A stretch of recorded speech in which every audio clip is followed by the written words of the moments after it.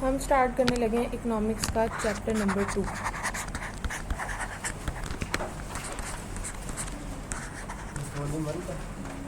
Volume 2 का हम start करने लगे हैं चैप्टर नंबर 2, जिसका नाम है डिमांड, सप्लाई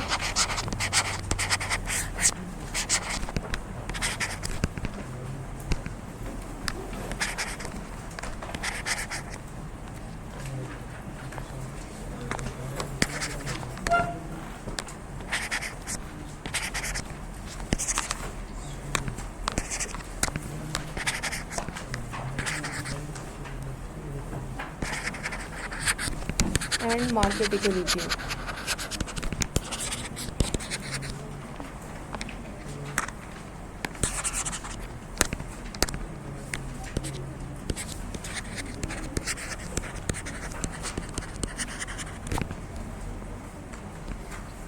ये चैप्टर का नाम है। सबसे पहले तो आप इकोनॉमिक्स पढ़ने जा रहे हो, तो आपको इकोनॉमिक्स के डिफाइन का पता है, इकोनॉमिक्स क्या होता है। किसने पढ़ी हुई थी इकोनॉमिक्स? एक आपने पढ़ी हुई थी, और इधर से कौन था आईकॉम वाला? एक इधर से था ना, आप में से कोई एक थी आईकॉम वाली।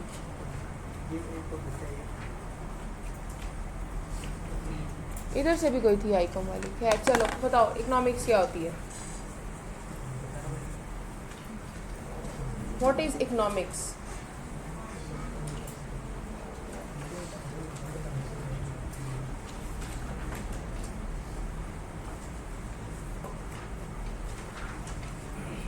बताओ।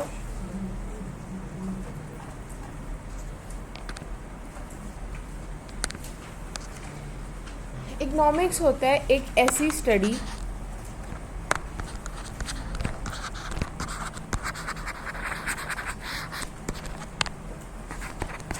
in which people make choices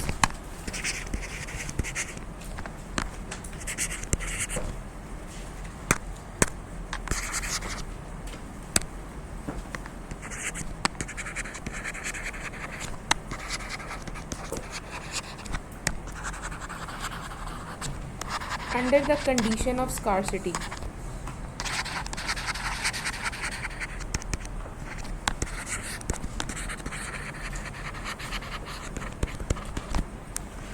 अब ये लव स्कार्सिटी का क्या मतलब होता है? स्कार्सिटी का मतलब होता है there is no free lunch.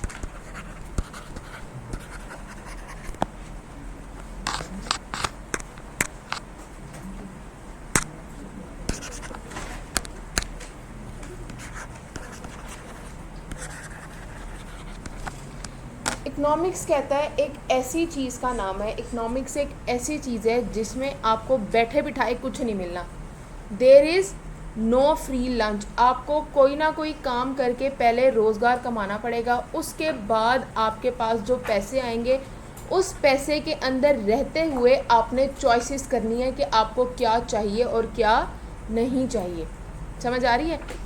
मतलब देखो, आपके पास जितनी इनकम है आप उस हिसाब से ही आपका लाइफस्टाइल होगा। ऐसे है, जितनी आपकी इनकम है उस हिसाब से आपका लाइफस्टाइल होगा, या उससे ज़्यादा का लाइफस्टाइल होगा? उस हिसाब से ही होगा ना, ठीक है। जितनी आपकी इनकम है आपका उतना। मतलब वो कहते हैं स्कार्सिटी का मतलब है there is no free lunch. आपको बैठे बिठाए कुछ नहीं मिल जाना, ठीक है। अगर आपकी ख्वाहिश है कि आपके पास खाना हो तो खाना कमाने के लिए आपको पहले पैसे कमाने पड़ेंगे, ऐसा है। खाना खाने के लिए आपको पहले पैसे कमाने पड़ेंगे, फिर जितने पैसे होंगे उस हिसाब से आप खाना खाओगे, ठीक है, तो वो कहता है there is no free lunch, बैठे बिठाए कुछ नहीं मिलना। स्कार्सिटी की कंडीशन को मद्देनज़र रखते हुए लोग किस तरह अपनी ज़िंदगी में चॉइसेस करते हैं, उसको हम कहते हैं इकोनॉमिक्स।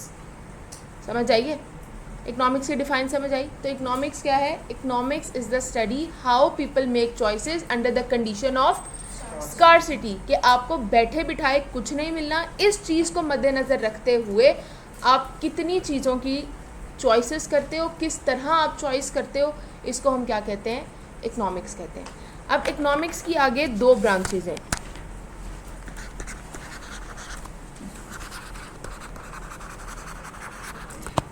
एक हमारे पास है माइक्रो इकोनॉमिक्स और दूसरी हमारे पास क्या है?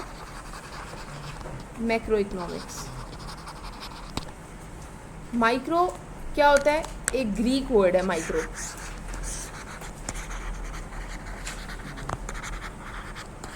जिसका क्या मतलब होता है? स्मॉल। मतलब हम इसके अंदर एक सिंगल मार्केट की,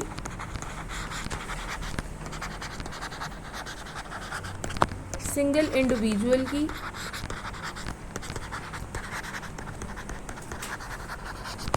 और सिंगल फर्म की बात करेंगे इसके अंदर हम। जबकि हम मैक्रो इकोनॉमिक्स के अंदर ओवरऑल इकोनॉमी की बात करेंगे।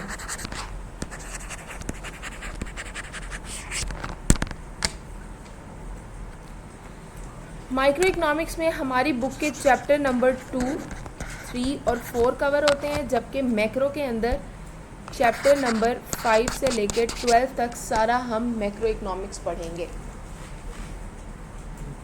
ठीक है, हम आज स्टार्ट करें अपना chapter number 2, demand, supply and market equilibrium. सबसे पहले तो मुझे बताओ डिमांड क्या होती है? रिक्वायरमेंट। ठीक है, किसी चीज़ की तलब। अच्छा, मैं कहती हूँ कि मुझे एक ना चेयर चाहिए, मुझे इसकी तलब है, तो ये क्या डिमांड है? ठीक है, इकोनॉमिक्स वाले बताएंगे क्या ये डिमांड है? डिमांड? क्यों? एक बंदे ने कहा तो एक बंदे की डिमांड। अच्छा, मैं इसको भी साथ मिला लेती हूँ, इसको भी साथ मिला लेती हूँ, इसको भी मिला ली, हम 4 हो गए। हम 4 ने कहा हमें चेयर चाहिए, अब डिमांड है। जब ज़्यादा बंदे कहेंगे तब डिमांड। तो मैंने 4 मिला तो लिए साथ। चलो मैं पूरी क्लास साथ मिला लेती हूँ। एक चेयर करेंगे हिसाब से है ना फिर। इस चीज़ की डिमांड ज़्यादा तो सप्लाई भी होगी। अभी डिमांड बताओ, डिमांड क्या होती है? देखो, मैंने कहा मुझे ये एक चेयर चाहिए, इसकी तलब है मुझे, ठीक है, तो क्या ये डिमांड है? डिमांड? क्यों डिमांड है ये? और अगर मैं कहूँ ये डिमांड नहीं है तो?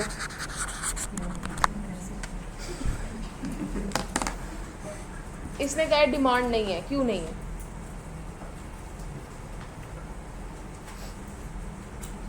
डिमांड होती है बच्चों, आपकी ख्वाहिश भी हो इस चीज़ को ख़रीदने की, आपके पास ताकत भी हो इस चीज़ को ख़रीदने की।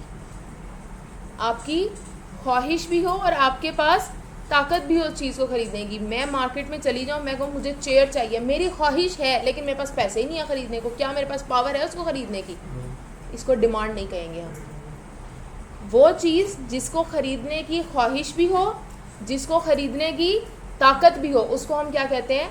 डिमांड कहते हैं। तो डिमांड क्या होती है बच्चों? विल टू परचेज, कि आपकी ख्वाहिश भी हो उस चीज़ को ख़रीदने की, एंड पावर टू परचेज। ये क्या कहलाती है हमारे पास? Demand. Will to purchase and power to purchase क्या होती है? हमारी डिमांड होती है। समझ आइए बात की। उसके बाद आ जाती है need.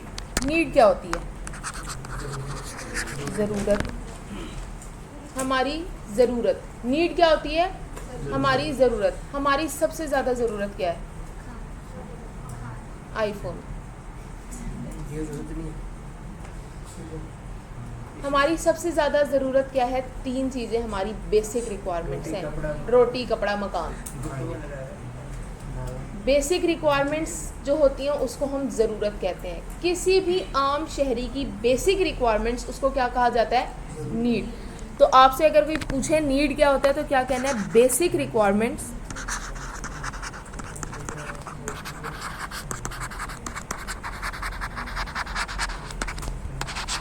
Of a citizen of a society.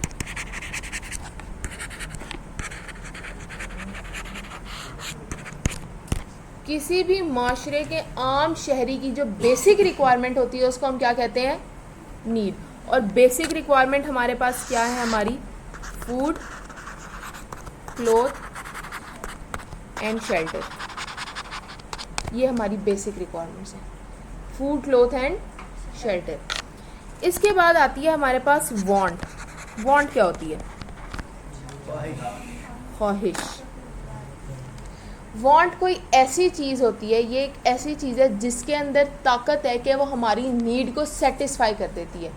हमारी ज़रूरत किससे पूरी होती है? हमारी ख्वाहिश से। देखो अब आपने खाना खा लिया है, ठीक है, अब आपके सामने दोबारा खाना आ गया। खाना आपकी ज़रूरत तो है या नहीं है? है ना ज़रूरत, ठीक है। अब आपको कहें दोबारा खाओ, क्या आप दोबारा खाओगे? क्योंकि खाना अब आपकी ख्वाहिश है उसको खाने की, नहीं है। तो वांट एक ऐसी चीज़ है जिससे आपकी ज़रूरत जो है वो सेटिस्फाई हो जाती है, जिससे आपकी ज़रूरत पूरी हो जाती है, उसको हम क्या कहते हैं? वांट।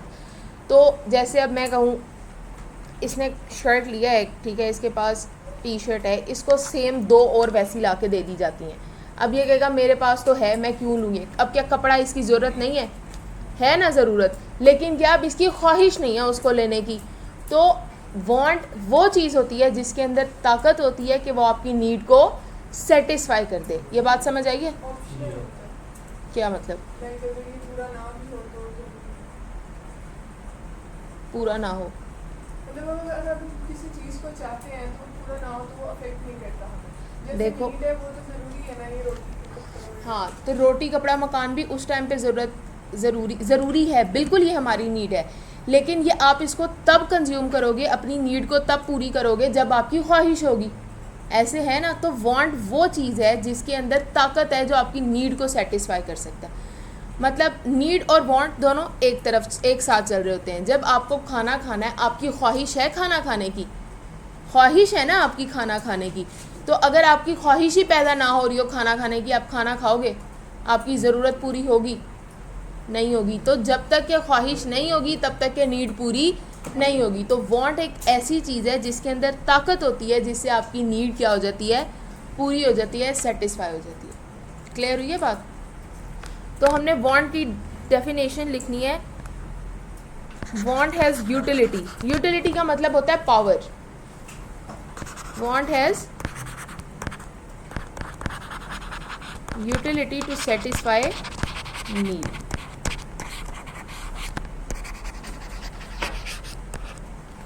वांट के पास ताकत होती है, ख्वाहिश के अंदर ताकत होती है जिससे हमारी ज़रूरत पूरी हो जाती है। हमने अभी तक 3 डिफाइंस पढ़ी हैं इस चैप्टर की। पहली पढ़ी हमने डिमांड। डिमांड क्या होती है? And power to purchase. Need क्या होती है? और वांट क्या होती है? Want has utility to satisfy need, जिससे हमारी ज़रूरत पूरी हो जाए, उसको हम कहते हैं वांट। अब हम आते हैं सबसे इम्पॉर्टेंट बात की तरफ, जिसमें से वो पेपर में से MCQs पूछेगा आपसे। हमारे पास होता है लॉ ऑफ डिमांड।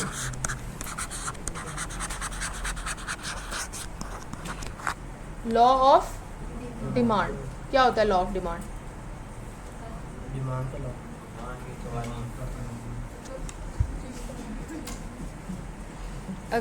जब FSC में पढ़ा था, लॉ ऑफ डिमांड पढ़ा था ना FSC में। शाबाश। लॉ ऑफ डिमांड की हम बात करने लगे। लॉ ऑफ डिमांड ना हमें सबसे पहले एक वर्ड सिखाता है, वो कहता है सिट्रस पेरिबस। सिट्रस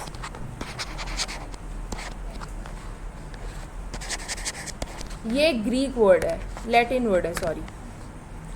इसका मतलब होता है अदर थिंग्स रिमेन कांस्टेंट। क्या मतलब है इसका? इसका मतलब है अदर थिंग्स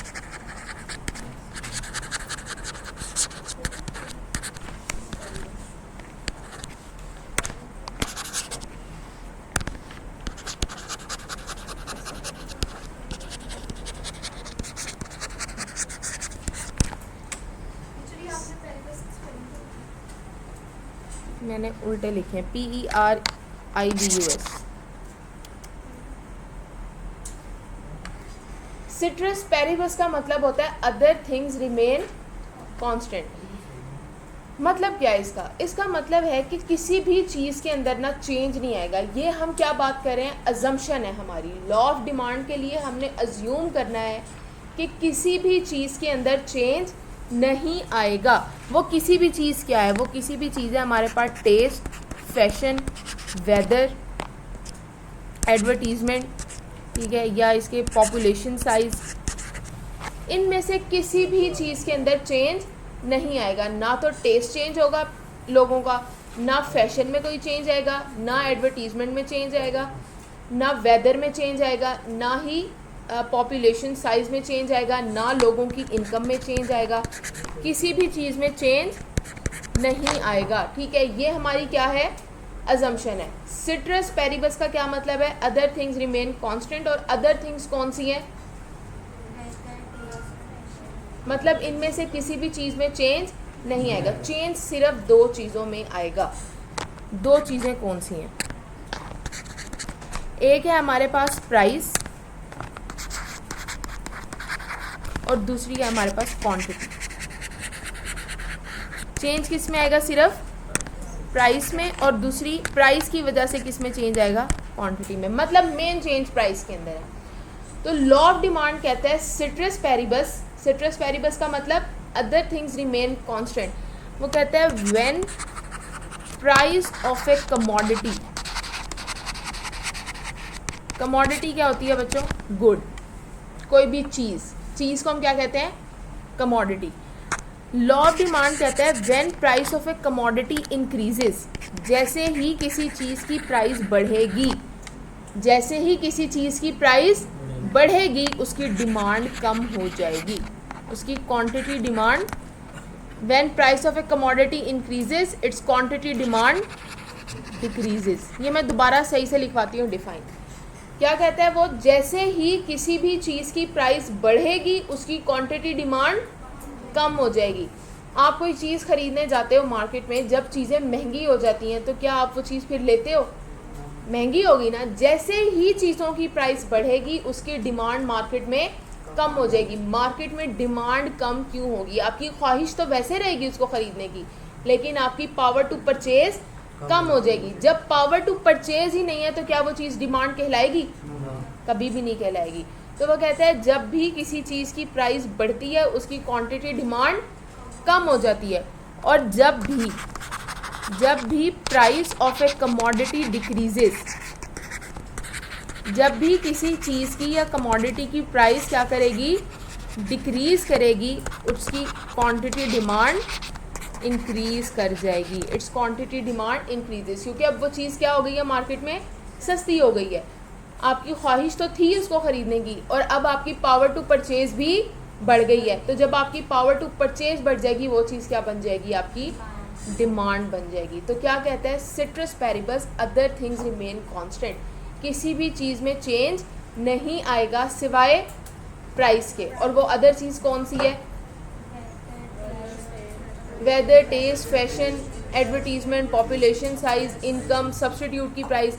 किसी भी चीज़ में कोई चेंज नहीं आएगा जब भी price of A commodity increases. जैसे ही किसी चीज़ की प्राइस इंक्रीज करेगी उसकी क्वांटिटी डिमांड क्या कर जाएगी? डिक्रीज कर जाएगी। और जब भी किसी कमोडिटी की प्राइस डिक्रीज करेगी उसकी क्वांटिटी डिमांड इंक्रीज कर जाएगी। तो लॉ ऑफ डिमांड की क्या डिफाइन थी? हम यहाँ लिख लेते हैं दोबारा। लॉ ऑफ डिमांड कहता है ceteris Paribas when price of A commodity increases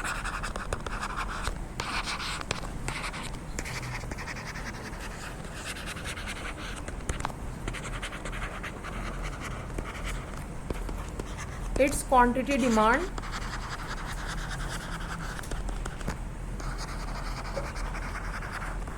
decreases and vice versa. Vice versa का मतलब क्या होता है? इसका उलट। उलट क्या होगा इसका? जब प्राइस कम होगी तो क्वांटिटी डिमांड इंक्रीज कर जाएगी। तो लॉ ऑफ डिमांड क्या है बच्चों?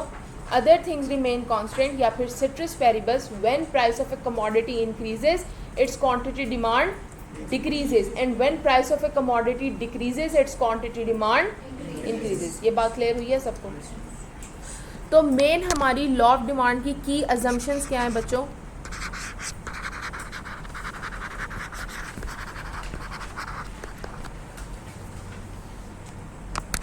सबसे पहली अजम्पशन हमने कहा there is no change in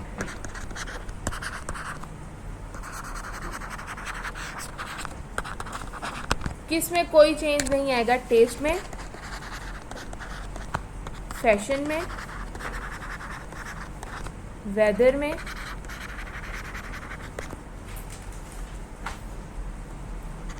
population size में,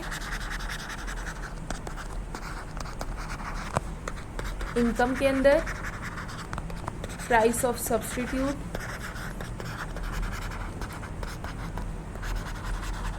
किसी भी चीज़ में कोई चेंज नहीं आएगा तब लॉ ऑफ डिमांड अप्लाई होगा, otherwise law of demand apply नहीं होगा. लॉ ऑफ डिमांड में एक इक्वेशन है सबसे इम्पॉर्टेंट, वो कहता है क्वांटिटी डिमांड जो होती है ना, quantity demand is the function of price. Quantity demand is the function of price.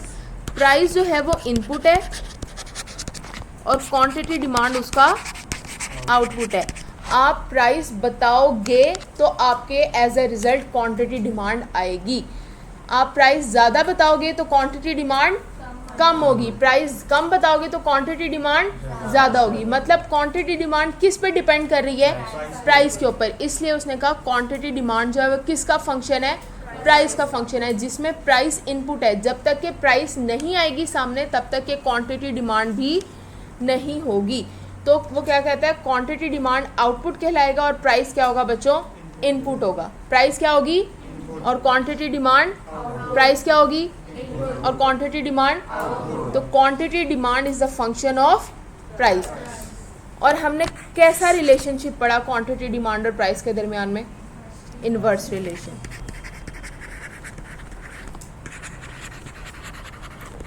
Inverse relation कह लो इसको, या आप इसको नेगेटिव रिलेशनशिप कह लो, या इसको ट्रेड ऑफ रिलेशन कह लो. ये कुछ वर्ड्स हैं जो वो पेपर में आपके साथ यूज़ कर सकते हैं. नेगेटिव, इनवर्स या फिर ट्रेड ऑफ.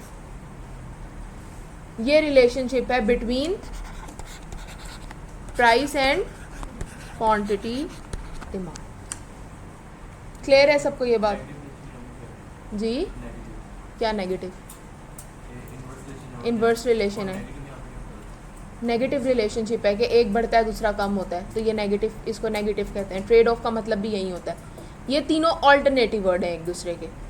तो वो पेपर में आपके साथ इनवर्स रिलेशनशिप का वर्ड भी यूज़ कर सकता है, नेगेटिव रिलेशनशिप का वर्ड भी यूज़ कर सकता है, ट्रेड ऑफ रिलेशनशिप का वर्ड भी यूज़ कर सकता है आपके साथ.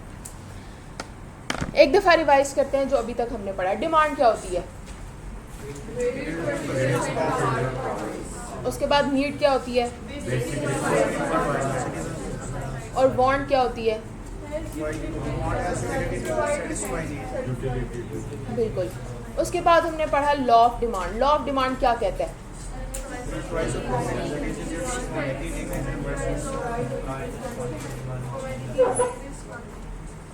शाबाश, ऐसा लगा मैं प्ले ग्रुप के बच्चों को पढ़ा रही हूँ. आपका क्या नाम है? आपके साथ जो बैठी हैं आप आपके पीछे, हाँ आप, आपके साथ, हाँ आप. क्या नाम है आपका?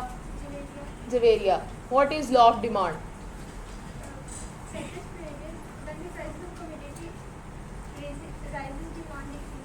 मतलब क्या है इसका? मैं इसको कब से नोटिस कर रही थी. जवेरिया, मतलब क्या है इसका?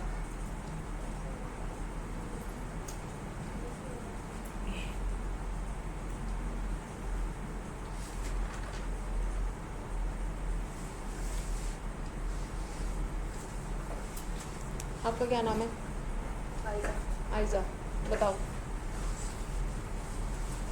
बैठ जाओ.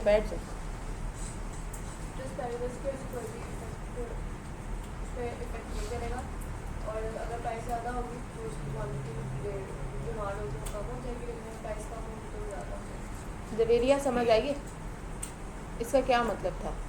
इसका मतलब था जब भी किसी चीज़ की प्राइस इंक्रीज़ करेगी उसकी क्वांटिटी डिमांड इंक्रीज कर देगा। और जब भी किसी चीज़ की प्राइस डिक्रीज़ करेगी उसकी क्वांटिटी डिमांड Increase हो जाएगी। इंक्रीज़ कर जाएगी। लेकिन ऐसा कब होगा? जब किसी और चीज़ के अंदर चेंज नहीं आएगा।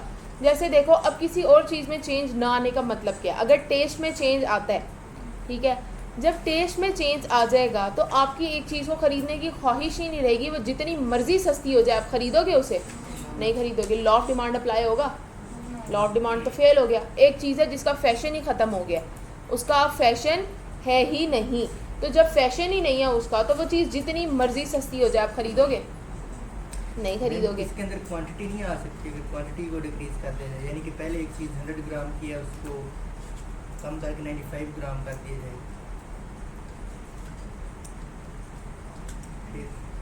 मतलब चीज़ सस्ती। देखो ये आप कह रहे हो कि प्राइस डिक्रीज़ करी है तो हम उसको ख़रीदेंगे लेकिन उसकी क्वांटिटी भी डिक्रीज़ हो रही है, तो क्या लॉ ऑफ डिमांड अप्लाई हो रहा है फिर? ना।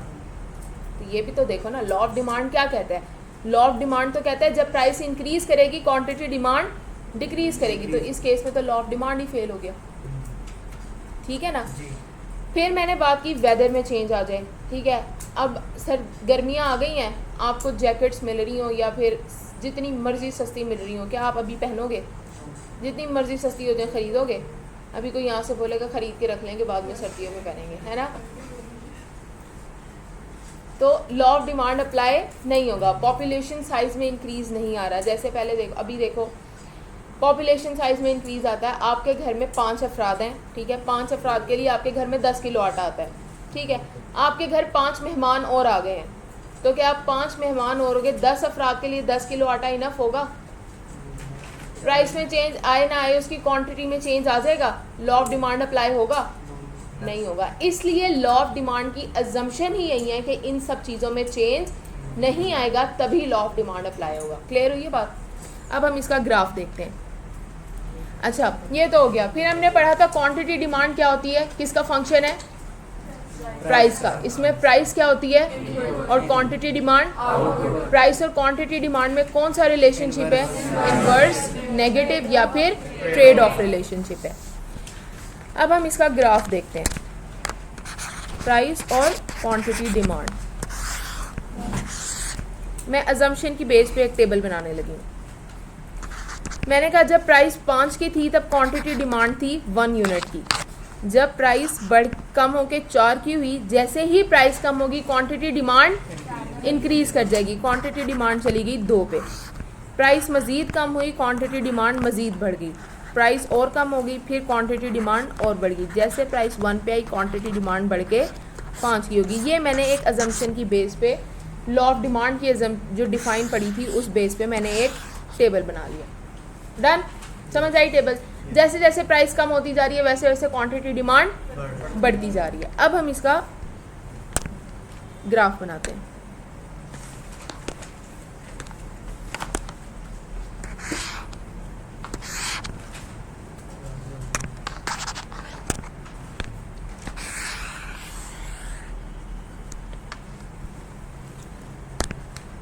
X axis origin point, Y axis. इसको एक्स एक्सिस कहते हैं, इसको वाई एक्सिस कहते हैं, ये तो पता है। एक्स एक्सिस के अलॉन्ग बच्चों हमने हमेशा क्वांटिटी डिमांड को मेजर करना है। एक्स एक्सिस के अलॉन्ग हमने हमेशा किसको मेजर करना है? क्वांटिटी को। और वाई एक्सिस के अलॉन्ग हमने हमेशा प्राइस को मेजर करना है। वाई एक्सिस के अलॉन्ग हमने हमेशा किसको मेजर करना है? एक्स एक्सिस के अलॉन्ग क्वांटिटी डिमांड और वाई एक्सिस के अलॉन्ग ऑलवेज प्राइस। ये बात भूलनी नहीं है आप। एक्स एक्सिस के along quantity demand, Y axis के अलॉन्ग प्राइस। अब मुझे बताओ जब प्राइस थी 5 की तो क्वांटिटी डिमांड कितनी थी? ऐसे लिख दूं, जब प्राइस 5 की थी क्वांटिटी डिमांड कितने की थी? 1 की। ये हमने ऐसे कर दिया, ठीक है। प्राइस कम हो गए, जब 4 की हुई तो क्वांटिटी डिमांड कितने की होगी बच्चों? 2 की हो गई। ऐसे हुआ। जब प्राइस 3 की हुई तो क्वांटिटी डिमांड कितने की हो गई? 3 की। जब प्राइस 2 पे आई तो क्वांटिटी डिमांड कितने की हो गई, 4 की।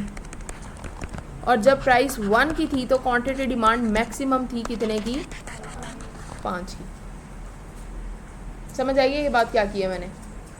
जब प्राइस 5 की थी तो क्वांटिटी डिमांड कितने की थी, 1 की। प्राइस 4 पे आई तो क्वांटिटी डिमांड 2 पे। प्राइस 3 पे आई तो क्वांटिटी डिमांड, प्राइस 2 पे थी तो क्वांटिटी डिमांड, प्राइस 1 पे थी तो क्वांटिटी डिमांड 5 पे। हम इन सारे एजेस को आपस में मिला देते हैं, ये हमने मिला दिया, ये बन गया कर्व ऑफ डिमांड। इसको हम कहते हैं डिमांड कर्व। क्या कहते हैं इसको, क्या कहते हैं इसको, ये हमारे पास है डिमांड कर्व।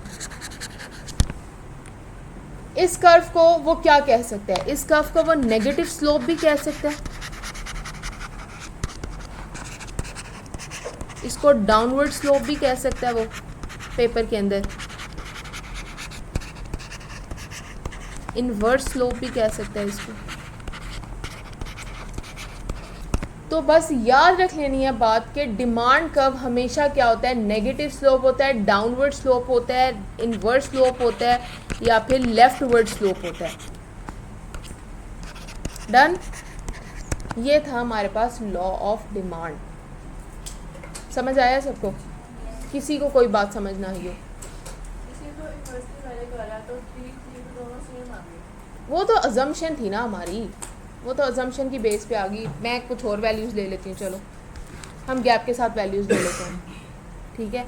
मैं कहती हूँ कि प्राइस और क्वांटिटी डिमांड, प्राइस जब 5 की थी, ठीक है, तो उस पर क्वांटिटी डिमांड थी हमारे पास, हम लोग कह लेते हैं कि 2 की, नहीं 2 तो बहुत थोड़ा हो जाएगा।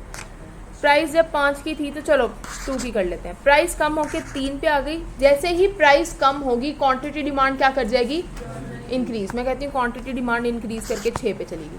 तो ये हमारी अजम्पशन की बेस पर मैंने एक एक का गैप लेके किया था, इसलिए वो बराबर आ गए, तो वो कुछ भी हो सकता है। लॉ ऑफ डिमांड समझ आया सबको, किसी को कोई कन्फ्यूजन इसमें, कोई सवाल किसी का? कल मैंने सुनना है सबसे ये। अच्छा, आप लोगों को कॉलेज वालों ने क्या कहा है, पेपर्स कब दिलवाने हैं? नवंबर में, ठीक है। तो एक दफ़ा हम रिवाइज कर लेते हैं सारा, उसके बाद फिर क्लास को एंड करते हैं। इकोनॉमिक्स क्या था बच्चों?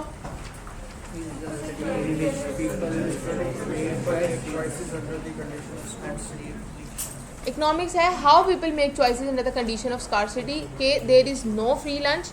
आपको वहाँ कोई फ्री में कुछ नहीं मिलना, आपको मेहनत करके ही कमाना पड़ना है। इस सिचुएशन के अंदर लोग किस तरह चॉइसेस करते हैं, उसको हम क्या कहते हैं, इकोनॉमिक्स कहते हैं। ऐसा क्यों होता है? ऐसा इसलिए होता है कि हमारी जो ख्वाहिशात है ना, हमारी जो वांट्स हैं, हमारी वांट्स अनलिमिटेड हैं, हमारी वांट्स अनलिमिटेड हैं, जबकि हमारे पास रिसोर्सेज जो है ना उसको पूरा करने के लिए वो बहुत लिमिटेड है। इसलिए ये स्कार्सिटी की कंडीशन आती है। हमारी ख्वाहिशात बहुत ज़्यादा है, हमारे पास ये भी हो, हमारे पास वो भी हो, लेकिन रिसोर्स क्या है उसका, एक पैसा, जो कि बहुत लिमिटेड है। ऐसा है, तो इसलिए कौन सी सिचुएशन आ जाती है, स्कार्सिटी की सिचुएशन आ जाती है। फिर हमने 2 ब्रांचेस पढ़ी इकोनॉमिक्स की, एक माइक्रो इकोनॉमिक्स, दूसरी macro economics. Micro economics small, मतलब हम इसमें एक सिंगल फर्म की, सिंगल मार्केट की या सिंगल इंडिविजुअल की बात करेंगे, जबकि मैक्रो के अंदर हम ओवरऑल इकोनॉमी की बात करेंगे। फिर हमने बात की डिमांड क्या होती है। क्या होती है demand? Will to purchase and power to purchase. फिर हमने नीड कहा, नीड क्या होती है, basic requirements of a citizen of a society. और वांट क्या होती है? फिर हमने लॉ ऑफ डिमांड कहा। लॉ ऑफ डिमांड क्या होता है? Ceteris paribus, when price of a commodity increases its quantity demand decreases, and when price of a commodity decreases its quantity demand increases। तो quantity demand is a function of price क्या है इसमें, और quantity demand क्या है इसमें, output। तो मतलब price और quantity demand में कौन सा रिलेशनशिप है, इनवर्स, नेगेटिव या फिर ट्रेड ऑफ रिलेशनशिप है। की असम्पशन क्या लेनी है हमने, कि there is no change in taste, fashion, weather, population size, income, price of substitute, किसी भी चीज़ में कोई चेंज नहीं आएगा। फिर हमने इसका ग्राफ बनाया और ग्राफ में हमने डिमांड कर्व देखा। डिमांड कर्व किस तरह का होता है? नेगेटिवली स्लोप्ड होता है, डाउनवर्ड स्लोप होता है, लेफ्टवर्ड स्लोप या फिर इनवर्ड स्लोप। ये हमने आज पढ़ा है। ठीक है, किसी को कोई कन्फ्यूजन इसके अंदर है तो बता दो।